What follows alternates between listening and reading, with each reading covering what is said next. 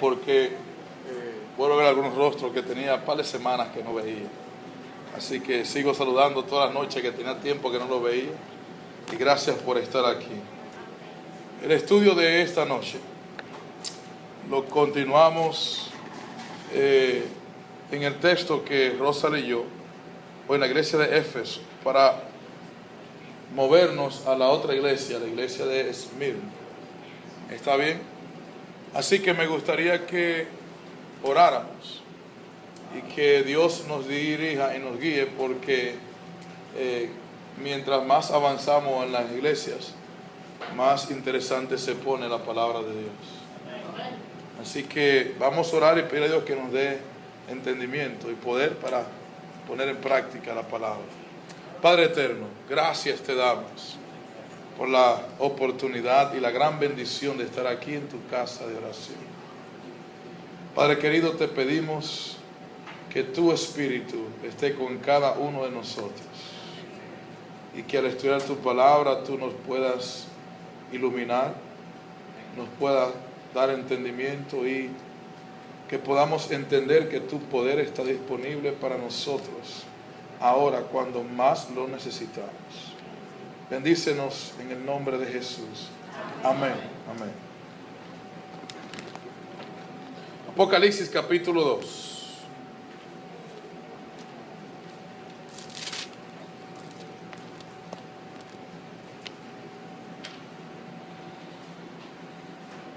Rosa leyó el versículo 5, pero me gustaría que leyéramos el versículo 7 y continuáramos a la otra iglesia.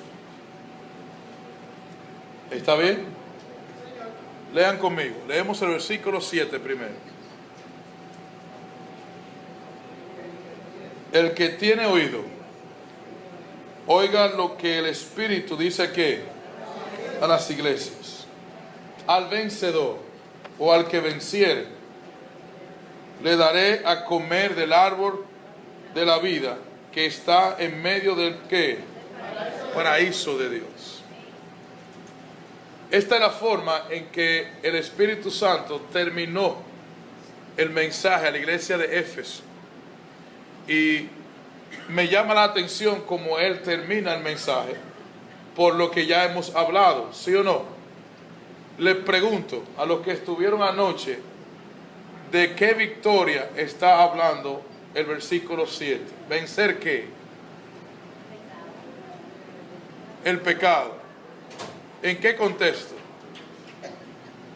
Hablamos de que el problema mayor de la iglesia de Éfeso era quitar el enfoque de Jesús y poner las cosas por encima de Cristo, ¿sí o no? Y que básicamente era poner la iglesia y sus cosas y lo que ellos podían hacer en lugar de Jesús, ¿verdad? Entonces el llamado, la promesa para el que venza es ponerlo ¿a dónde? En el reino de los cielos, con la habilidad o la autoridad o la oportunidad de ¿qué? De comer del árbol de la vida. Si usted lee algo interesante en ese contexto, me gustaría que vayamos al último libro de la Biblia, al último capítulo, perdón. Quiero enfatizar algo allí, el último capítulo.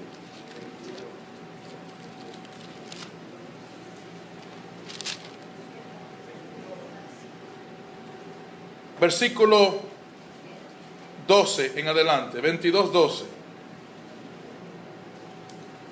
No pierdan el 2, 22:12. ¿Lo tienen? Vengo pronto, y mi galardón conmigo para recompensar a cada quien sea que su obra. Ustedes conocen el texto muy bien. Yo soy el alfa y la omega, el primero, ¿verdad? El principio y el fin, el primero y el último. Bienaventurados los que lavan sus ¿qué? Ropas, para tener derecho al árbol de ¿qué? De la vida, y para entrar por las puertas de ¿qué? Esa fue la promesa que Dios le hizo al vencedor en el contexto del pecado de la iglesia de ¿qué? De Éfeso. Pero note bien, esa recompensa se da cuando Cristo venga, ¿verdad? ¿Sí o no? La recompensa final es cuando Cristo ¿qué? Entonces, note algo interesante aquí que nos ata al siguiente mensaje. Para el que venciera, Dios le está prometiendo que iba a estar preparado para cuando Él viniera recibir la recompensa. Acuérdense que hablamos ayer de que el mensaje central es preparar a la iglesia para cuando ¿qué? Para cuando Jesucristo venga. Y si la iglesia lograra lavar sus ropas, o sea, entregarse a Jesús, que Jesús le limpie sus pecados y desarrollarle su carácter espiritualmente, como hablamos ayer, a través del servicio, cuando Cristo venga, ella estaría lista para irse ¿qué? Al cielo. Pero la iglesia que sigue añade un elemento más importante todavía. Pastor, más importante que cuando Cristo venga, irnos al cielo. Sí. ¿Por qué? Porque cuando Cristo venga y nos iremos al cielo, no solamente el que esté preparado se irá al cielo cuando Cristo venga y que no haya muerto. ¿Será cómo? Aún los muertos van a resucitar. Entonces, el concepto que va a desarrollar la segunda iglesia, o la iglesia de Esmirna, tiene que ver mucho con el tiempo de gracia y la muerte y la preparación antes de que nosotros muramos para también recibir la promesa cuando Cristo venga. Porque el hecho no era solamente que Dios le lavara sus pecados, sino era también permanecer en Él, permanecer limpio y permanecer en Cristo para que cuando venga reciba la promesa. Ahora, con eso en mente, yo quiero que volvamos otra vez al capítulo 2. Capítulo 2. Termina allí el mensaje a Éfeso, ¿verdad? Y el versículo 8, entonces, entra a otro período de la iglesia. Y usted va a ver el sentido que hace el hecho de la promesa del versículo 7 a Éfeso, con lo que vamos a leer ahora. Escribe el ángel de ¿qué? De la iglesia en Esmirna. El primero que y el postrero, el que estuvo que dice esto. Y yo quiero que note, si usted ve interesante, el versículo que leímos de Apocalipsis 22, habla del mismo título de Jesús que comienza la iglesia de Esmirna. ¿Se dieron cuenta? Primero y qué. Por eso que hay que leer con cuidado. Es porque está haciendo una atando. Acuérdense que la Biblia no se hizo con divisiones. La Biblia se hizo que en una forma literaria. Todo fue corrido hasta un tiempo después que lo dividieron por capítulos y versículos para hacerlo más sencillo. Así que cuando Juan lo escribió todo como corrido. Se note ahora algo interesante entonces. Jesús se presenta como que el primero y el último, el que estuvo muerto, el que dice esto: yo conozco tus obras, tu tribulación, tu pobreza, aunque eras que rico, y la blasfemia de los que dicen ser judíos y no lo son, sino que son sinagogas de ¿quién? No temas lo que has de padecer. El diablo echará a algunos de vosotros en la cárcel para que seáis probados, y tendréis tribulación por 10 días. Sé fiel hasta la muerte, y yo te daré la corona de ¿qué? De la vida. El que tiene oído, oiga lo que el Espíritu dice, que al vencedor no sufrirá ¿qué? De la segunda muerte. ¿Por qué Jesús se presenta de la forma que lo hace? Acuérdense que dijimos anoche que cada vez que Jesús se presenta, la forma en que lo hace se refiere a la situación o la condición de la iglesia. No nos estamos concentrando en la parte histórica, aunque el texto, los que estudian la Biblia, sugiere la parte histórica de la persecución de los cristianos de la iglesia primitiva. ¿Sí o no? La parte histórica refleja o habla o señala cuando la iglesia comenzó a ser perseguida y el periodo de los mártires que mataron por el hecho de predicar el evangelio. La hermana Juan dice que comenzó con Nerón, siguió con Diocleciano y un número de emperadores que comenzaron a matar a los cristianos fieles que predicaban el evangelio, y por predicarlo lo mataban. Ahora, cuando uno se va a la parte espiritual, la que nos concierne a nosotros, porque la historia es solamente una buena información, pero hay un mensaje allí. Acuérdense que la iglesia de Éfeso tenía un problema, dijimos, y se había desenfocado ¿de quién? De Jesús. Y el llamado fue a que se arrepienta, se entregara a Jesucristo y quisiera sus primeras obras. ¿Y las obras cuáles eran? Hablamos anoche, la predicación del evangelio. Parece, sin ninguna duda, que hubo un grupo que aceptó el llamado de Dios, se arrepintió y volvió a esa obra, la cual comenzó a causar persecución. Por eso usted nota que en la iglesia de Esmirna es la única iglesia que no hay reproche. ¿Cuál es el reproche que Dios tiene aquí para ellos? No existe. ¿Se acuerdan que anoche decía, yo tengo algunas cosas contra ti? Aquí no hay nada en contra de la iglesia. ¿Verdad que no? No existe. ¿Por qué? Porque la iglesia o el remanente se mantuvo y la iglesia comenzó a revivar otra vez el hecho de predicar el evangelio, y entonces el diablo se enojó con la iglesia y comenzó a perseguirlos. Ahora yo quiero que usted note que no podemos dejar pasar el hecho de que aunque no había reproches, sí había problemas. ¿Sí o no? Lo leemos. Versículo 9. Yo conozco que tus obras. ¿Qué dice? Tribulación y pobreza. ¿Y qué más? ¿Rico qué? De eso vamos a hablar. ¿Había problemas en la iglesia? Sí. ¿Había qué? Personas que eran como blasfemos. Y dice el texto que decían ser judíos, pero no lo eran. Y yo quiero que usted note entonces que el problema que había en Éfeso continuó hasta la iglesia de qué. Y en el tiempo que se registra Juan el mensaje de Esmirna, el problema de los falsos apóstoles, de los falsos cristianos, todavía existía en la iglesia. Porque acuérdense, y lo vamos a notar toda la noche, que el problema no se va a acabar hasta que Cristo venga, porque el trigo y la cizaña estarán como juntas hasta el tiempo de qué, del fin. Pero entonces, note bien, a pesar de que había gente que no estaba bien con Dios, no hay ningún reproche. ¿Por qué?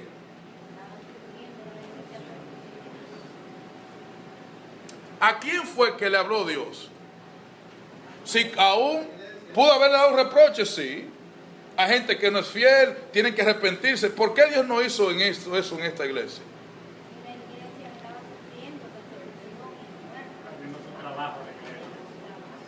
Note algo.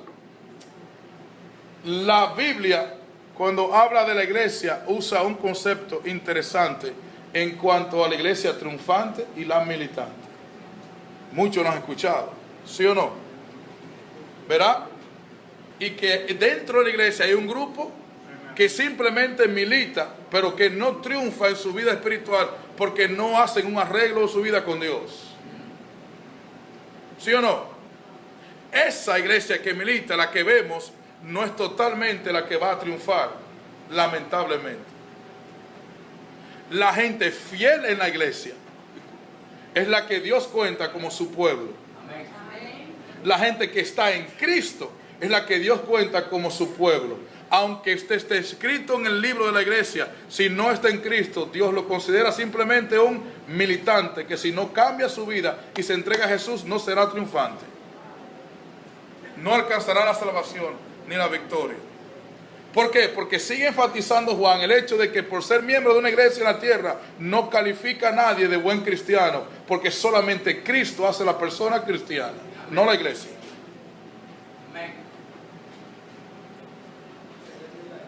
¿Me sigue? Y aquí están los dos conceptos. Hay personas que son, dicen judíos, no lo son, que blasfeman contra Dios. Dios no le diga un reproche a ellos, porque estaba poniéndole atención a los que estaban sufriendo por serle fiel a Dios. Y el mensaje era para ellos. No solamente porque en el momento de la persecución, sino por lo que venía. Y escuchen entonces, cuando uno lee el mensaje de la persecución en el conflicto de los siglos, el capítulo 2, la fe de los mártires, ella dice algo interesante sobre ese tiempo que yo quiero leérselo.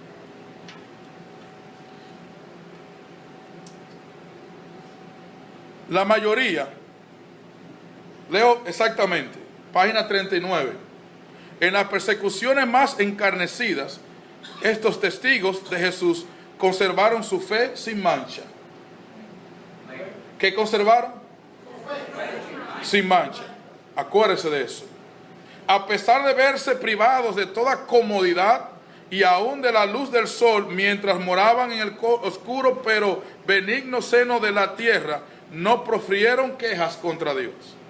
Con palabras de fe, paciencia y esperanza, se animaban unos a otros para soportar la privación y la desgracia.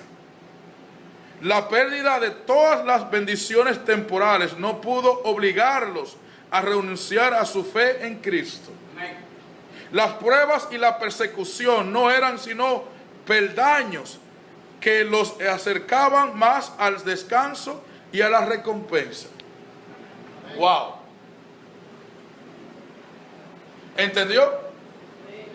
¿Por qué ellos tenían eso en la mente de que la persecución y la muerte lo acercaba más a quién? A Dios y a su recompensa de vida eterna, le pregunto. Porque guardaron, ¿qué dice? Su fe. ¿Su fe en quién? ¿Por qué en Jesús? Le pregunto. Ahí está entonces la forma en que Él se presenta. Lo leemos. El primero y el que postrero, el que estuvo muerto, dice eso. Le pregunto, escuche bien ahora la pregunta. ¿Fue Jesús perseguido, pastor? Eso no es duda. ¿Fue Jesús un mártir? Piense la pregunta. ¿Fue Jesús un mártir? Calcule, definamos lo que es un mártir. ¿Me ayuda alguien a definir lo que es un mártir? Alguien que muere por una causa. Alguien que muere por una causa supuestamente justa. No, si es supuesta no es mártir, tiene que ser justa, con seguridad. ¿Sí o no? No hay que suposición. Aquí no es si es o no es. Murió por una causa justa. ¿Sí o no? Si calificamos a Jesús dentro de esa definición, ¿fue mártir o no fue mártir? ¿Por qué no, Rosa? Porque murió por una causa no justa. Murió por una causa. Que no era justa porque nosotros no lo merecemos. Murió por nuestro pecado. Nosotros no lo merecemos. Es como una simple pregunta, nos confunde, nos alborota. ¿Ah? Cancel. Si yo muero mártir, yo muero por una causa justa, pero Cristo murió por una causa que no era justa, porque Él murió por mis pecados. Pero déjenme decirle algo. Escuchen bien. Cuando hablamos de los mártires, ¿ellos murieron por una causa o fue por Dios? Ah, no fue por las cosas. Ahí está el punto. No fue por las cosas, fue por su Señor que murieron. Es lo que quiero que notemos. ¿Murió por quién? Por Jesucristo fue que murieron, no simplemente por la causa. Porque dar la vida por algo no salva, es dar la vida por alguien que salva. Ve, y seguimos, y lo resalto para seguir con el asunto de la personalidad de Dios, no de sus cosas. Entonces Jesús, oigan bien, Jesús se inmoló, ¿verdad? Los mártires no se inmolaron, ellos no murieron para salvar a nadie, a ellos lo mataron, pero Jesús no lo mataron, Jesús se entregó para morir. Él lo dijo. ¿Qué dijo Jesucristo? Yo pongo mi vida cuando quiera y la quito cuando quiera, ¿sí o no? Jesús estaba consciente de que venía a morir por nosotros, pero sufrió y fue que perseguido. Y dice la profecía en ese capítulo que los cristianos que morían por su fe, morían por la fe en la persona de Cristo, porque entendían que Jesucristo murió por ellos, sufrió más por ellos, y que solamente Jesús, que había dado resucitado, podía darle vida a ellos.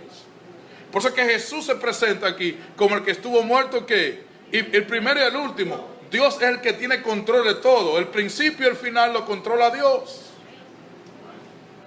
Y yo me preocupo, ¿sabes que yo no entiendo? Por eso que el hermano dice que ellos no se preocupaban ni se quejaban, porque su fe era tan fuerte en Dios que no se preocupaban por lo que iba a ocurrir. Al final de cuentas, como quiera, el fin era como un éxito, una victoria. Su recompensa estaba como segura, porque su fe no estaba en las cosas ni lo que iba a suceder, estaba en el Dios que estaba en control de ellos. Este era todo el punto de Éfeso, ¿no se acuerdan? No era fe en las cosas, sino que en Dios.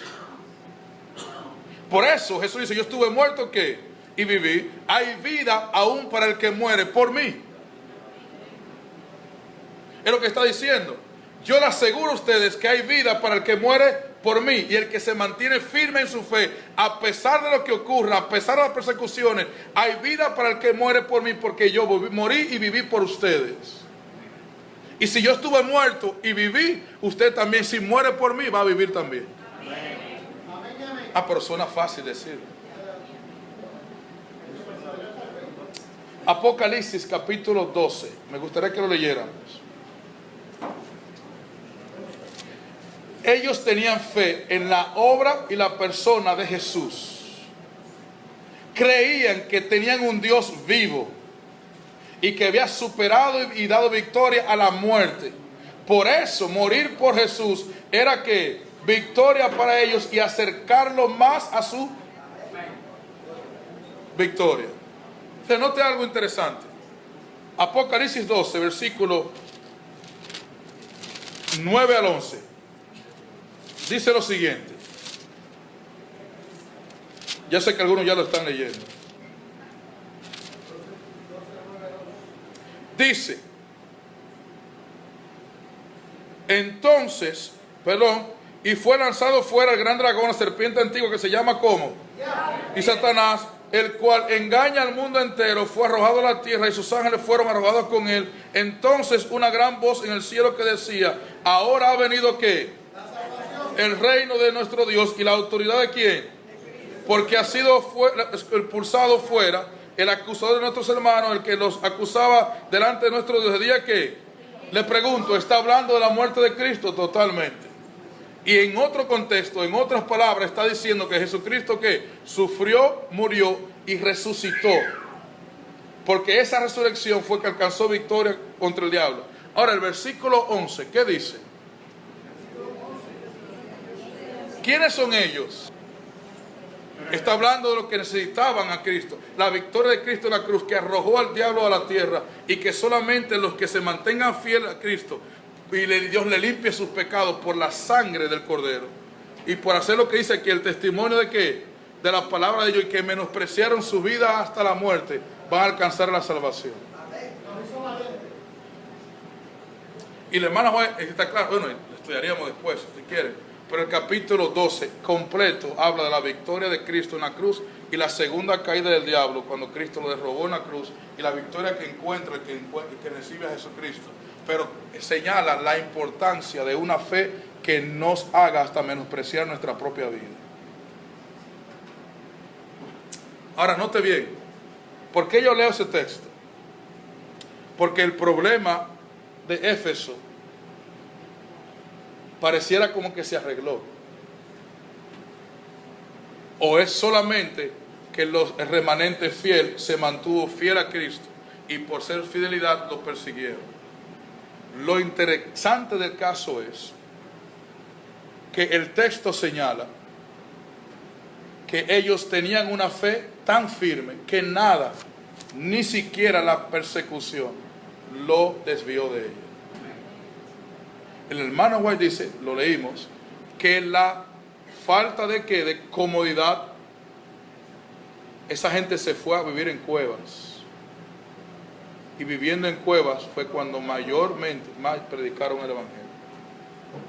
Y la historia dice que se convertía uno y se convertían a uno y se convertían 100.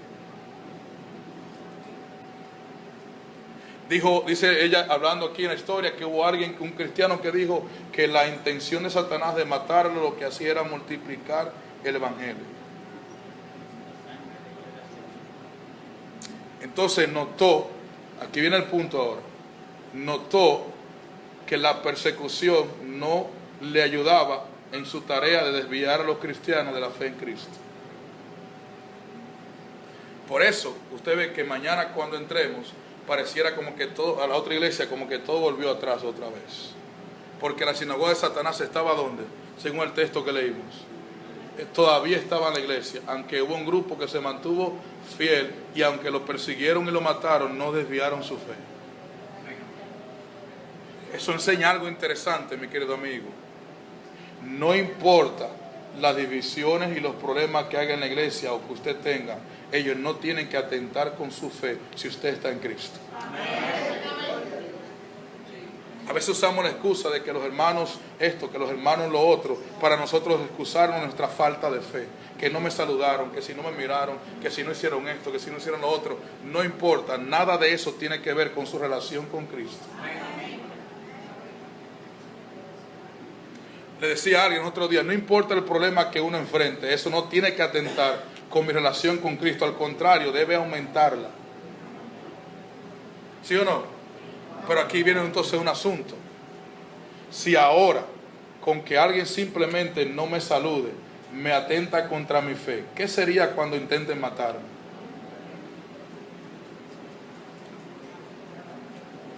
Si ahora cualquier problemita que tenemos atenta con mi fe y mi relación con Cristo, ¿qué sería cuando intenten matarme? Entonces note algo que yo quiero leerles, porque la situación no se queda allí. Yo hubiese querido que esa hubiese sido la última iglesia, ¿sí o no? Y que todo se va a quedar así, y Dios aplaudiendo a la iglesia por su firmeza en su fe y por los que están dispuestos a morir por él, por el problema. La situación no se quedó así. Y yo le voy a leer por qué. Escuche bien.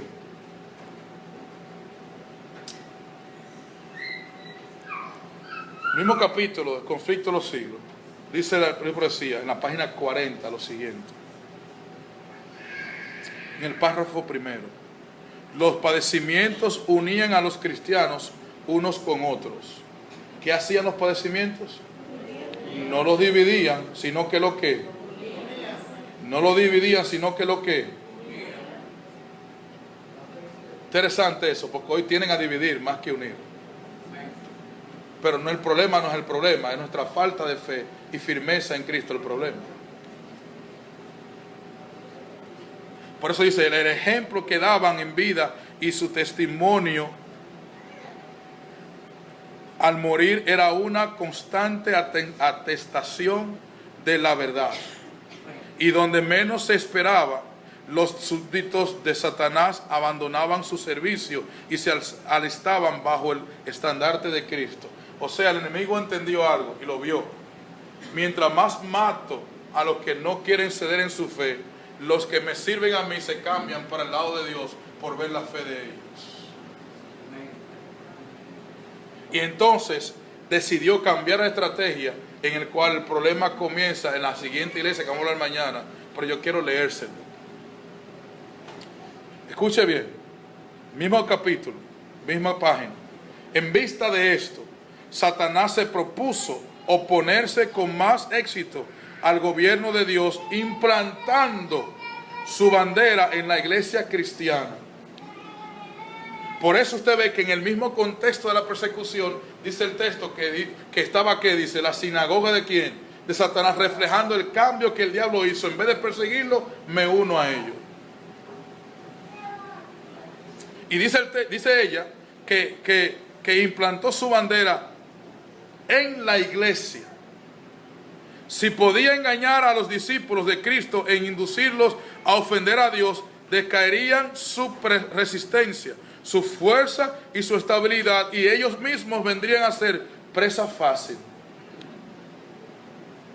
O sea, que él entendió que obligando al que está firme en Dios no le va a quitar su firmeza, era engañándolo. Y que persiguiendo no le daba resultado, porque perseguir a uno hacía convertir a 100 más. Dice, yo tengo que cambiar la estrategia. Así que decidió entrar el paganismo en la iglesia y comenzó a la iglesia entonces otra vez con el problema de espiritualizar las cosas, de meter el humanismo cristiano a la iglesia y a desviar a la gente de Jesús y poner atención a las cosas de Dios y no al mismo Dios, y comenzó el problema de nuevo. Por eso dice, el gran adversario se esforzó entonces por obtener con artificios lo que no conseguiría por la violencia. Comenzó entonces a tratar de obtener por engaño lo que no pudo adquirir por violencia. ¿Quién dijo que lo más grave del diablo es lo que viene, la persecución que viene? Mi querido amigo, no era grave, porque al fiel lo que hacía era que hacerlo más firme, más cerca de Cristo, y el evangelio más crecía. Lo grave está en la sutileza.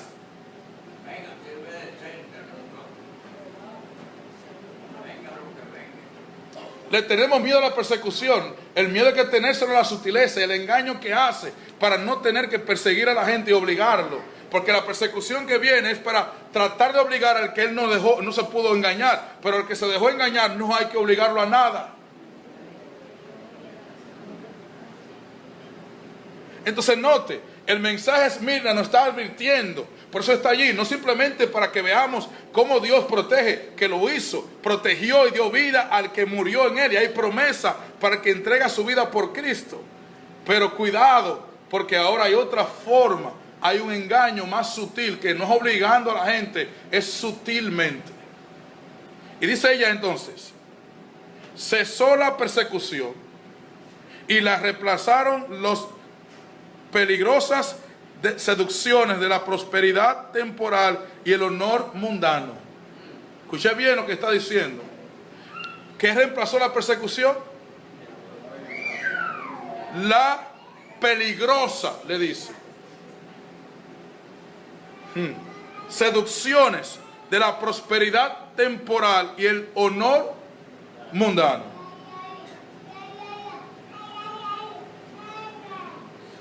Trajo la idea de que el hombre era como bendecido por Dios cuando él se dedica solamente a su trabajo y a que lo resalten de todo lo que él hace o tiene.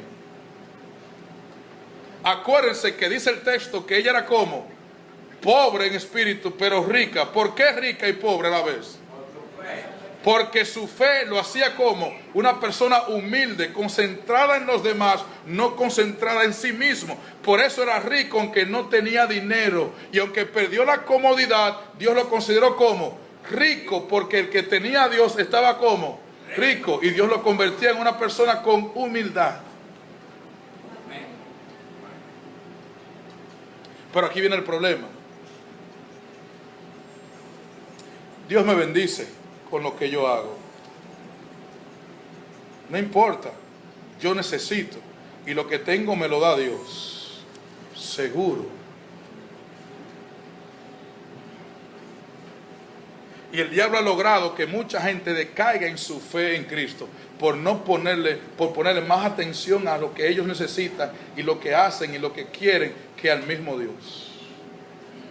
Y si usted ve, el negocio sigue igual. El desenfoque de la persona de Cristo para enfocarnos en algo que nosotros nos imaginamos que Dios está o que Dios quiere que yo haga.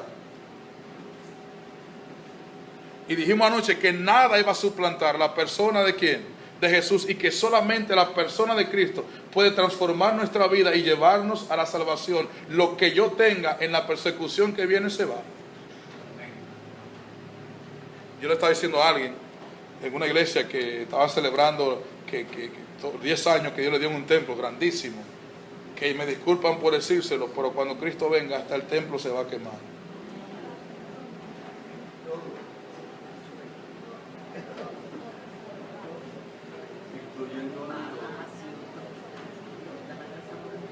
Se escucha bien ahora. Dice ella, los idólatras fueron inducidos a aceptar parte de la fe cristiana, al par que rechazaban otras verdades esenciales. Profesaban aceptar a Jesús como Hijo de Dios y creer en su muerte y en su resurrección, pero no eran convencidos de pecados ni sentían la necesidad de arrepentirse o de cambiar su corazón. El enemigo introdujo la idea de que simplemente yo creer que Cristo murió por mí y ya me hacía salvo. No, hay que hacer efectivo la muerte de Cristo en mi vida y que Cristo no solamente me perdone de mis pecados, sino que me limpie de ellos para que yo pueda entonces permanecer en Él y ser salvo. Así que yo quiero que usted note que el enemigo, al mismo tiempo que cesó la persecución y que Dios cuidó a los fieles y los protegió, y aún los que murieron están seguros para cuando Cristo venga recibir la corona de vida eterna, participar del árbol de la vida, el enemigo entonces entendió que era mejor hacerle pensar a la persona que estaba con Dios que decirle, por Dios te mato. Porque eso fue lo que hizo primero, matar a la gente porque estaban con ¿quién? Con Dios. Dice, no me da resultado. Por eso usted ve que dice el texto, sé fiel a qué, hasta la muerte, y yo te daré qué. Para ellos la muerte fue literal. Para muchos de nosotros la muerte por Cristo no será literal. Tal vez ni lleguemos a ese momento. Aquí está el punto ahora. Ser fiel hasta la muerte no significa ser fiel hasta que te maten. ¿Verdad que no? No, es ser fiel hasta que Dios permita que tú vayas al descanso, que eso puede ser hoy. La gente cree que la iglesia no está siendo perseguida.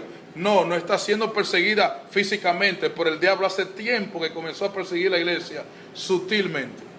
Y hay mucha gente que está desmayando de su fe y está perdiendo su firmeza en la fe en Cristo por la sutileza del diablo y todas las excusas que ha inventado o todas las ideas que ha inventado de lo que es iglesia, que realmente no es. Porque el sistema sutil del enemigo, el enemigo creó un sistema religioso que comenzó a engañar a la gente. Ahora note, para terminar, yo quiero que leamos el versículo 10 hasta el 11 del capítulo 2.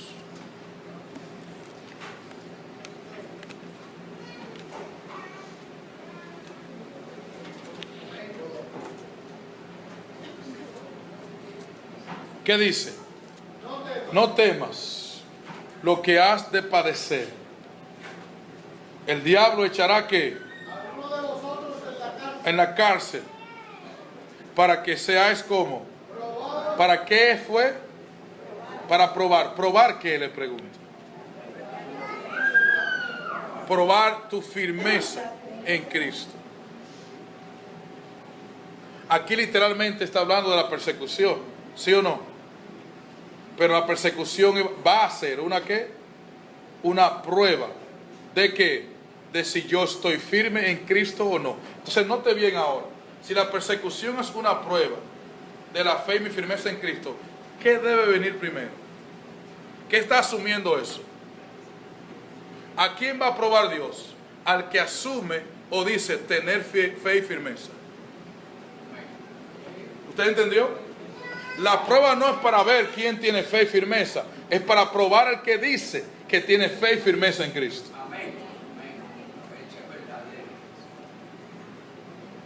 Nuestra fe será probada, está siendo probada todo el tiempo. Prueba y tentación no es lo mismo. ¿Quién tienta? Dice la Biblia. ¿Y quién prueba? ¿Quién prueba? O sea, note que lo que venga y lo que viene, ¿quién lo está permitiendo? ¿Para qué? Se hago una pregunta. ¿Cuántos se han sentido perseguidos hasta ahora? Por cualquier situación. Hay muchísimas situaciones. Diario tenemos situaciones. La pregunta es, ¿cómo ha estado mi firmeza en Cristo en medio de esa prueba? Porque las pruebas que vienen ahora y que hemos sufrido de diferentes maneras para determinar o enseñarnos a nosotros si realmente estamos firmes y listos para cuando Cristo venga. No se queje por las pruebas, asimílelas, porque ellas son bendición si usted permanece firme en Cristo. Ahora el punto está aquí entonces. Dice el versículo, termina diciendo, tendréis que tribulación por cuánto, y habla de los 10 años que persiguió Diocleciano a la iglesia. ¿Verdad? Esa es la parte histórica. Ahora, note bien, sé fiel y yo te daré la corona. Entonces el 11 es que más me fascina. El que tiene oído, ¿qué? A la iglesia.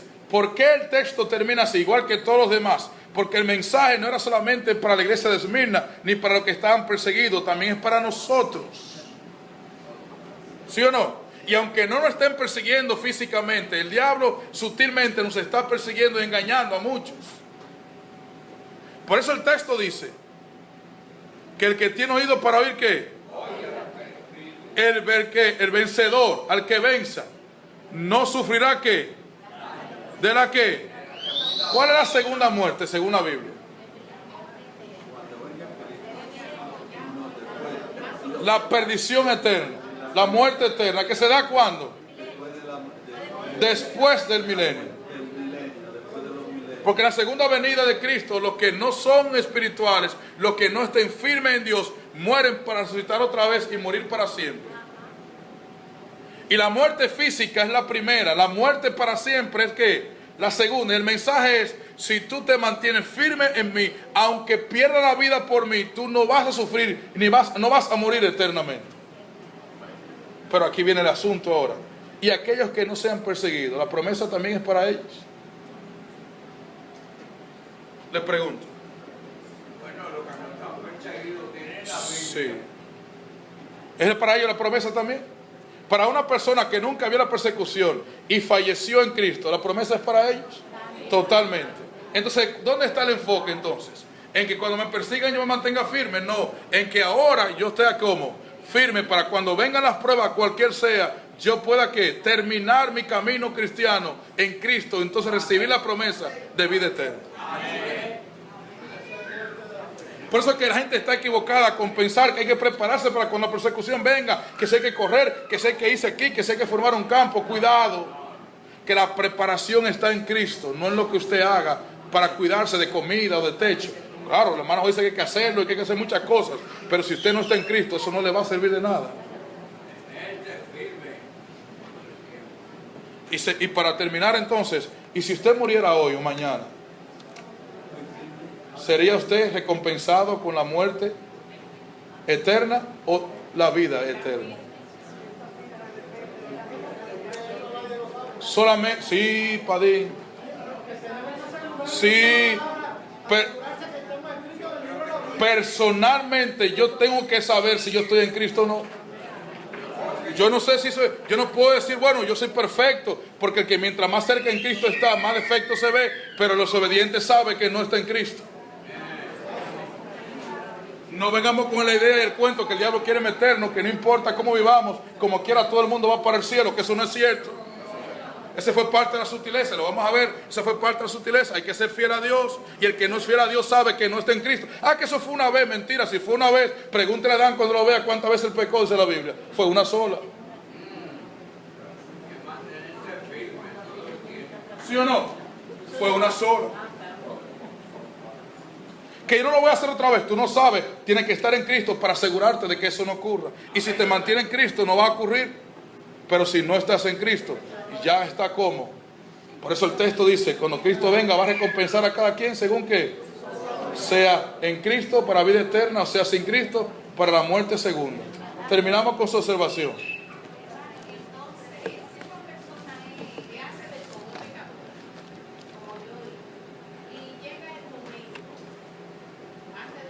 Ajá. Bueno, mi hermana, yo no sé quién se salve, quién se pierde, eso le toca a Dios. Pero déjenme decirle algo, que allí que está, y lo vamos a hablar esta semana, el engaño está allí. en pensar que yo tengo el tiempo para entregarme a Dios cuando me esté muriendo. Si ahora que estamos vivos y coleando, como decimos en buen español, no lo hacemos, ¿qué me asegura a mí que lo voy a hacer cuando esté muriendo? El miedo, si lo hago por miedo, no hay negocio con eso. Tiene que ser por amor a Dios, no por miedo a perderme. ¿Sí o no? Hay mucha gente que quiere ser el ladrón en la cruz, pero mi querido amigo, lo siento, usted no es el ladrón en la cruz, usted tiene que entregarse a Cristo ahora. Hay mucha gente que ser como el ladrón en la cruz, disfrutar mi vida y cuando usted llegue a la muerte. ¿Y cómo usted sabe cuándo se va a morir para usted esperar hasta ese momento? No juguemos con la gracia, que ese fue el engaño que el diablo trajo a la iglesia.